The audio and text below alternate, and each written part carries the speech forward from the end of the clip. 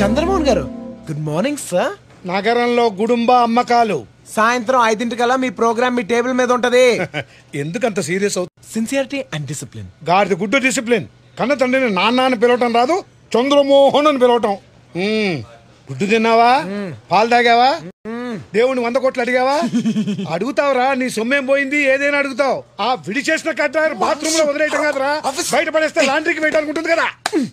తండ్రి అనేవాడు కొడుకు పేరు చెప్తే ఐదర్ గర్వపడే పొజిషన్ లైనా ఉండాలి, లేదా వణికిపోయి ఈ పొజిషన్ లైనా ఉండాలి. ఈ రెండిట్లో నేను ఏదో దాంట్లో పెడతాను, కాస్త టైం ఇవ్వు. ధూళిపేటకి వెళ్ళేసి వస్తా. అసలు ఈ మెసేజెస్ ఏంట్రా? మెసేజ్లేంటి? 1 2 3 ఈ రోజు నేను ఫ్రీ. 4 5 6 నీ మీద నేను ఫిక్స్. సరదాగా నాన్నగారు. సన్నొస్తే చీకటి పోతుంది, నిన్ను చూస్తే నా మతి పోతుంది. ఏంట్రా ఇది? కొటేషన్ నాన్నగారు.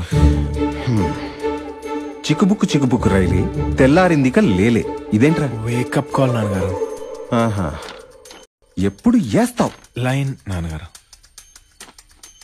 ఎప్పుడు పడతావు లవ్.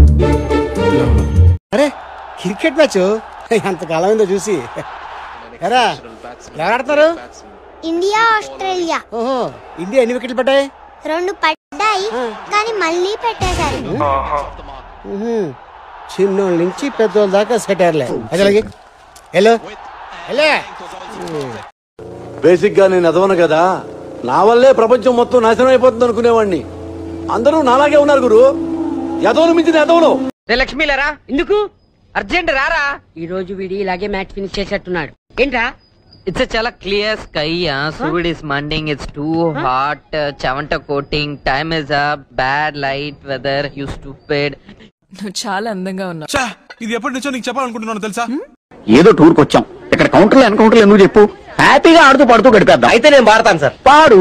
తేట తేట తెలుగులా తెల్లవారి వెలుగు. ఎలా? Clarity please. తెల్లవారు వెలుగంటండి, నల్లవారు వెలుగని రాయచ్చు.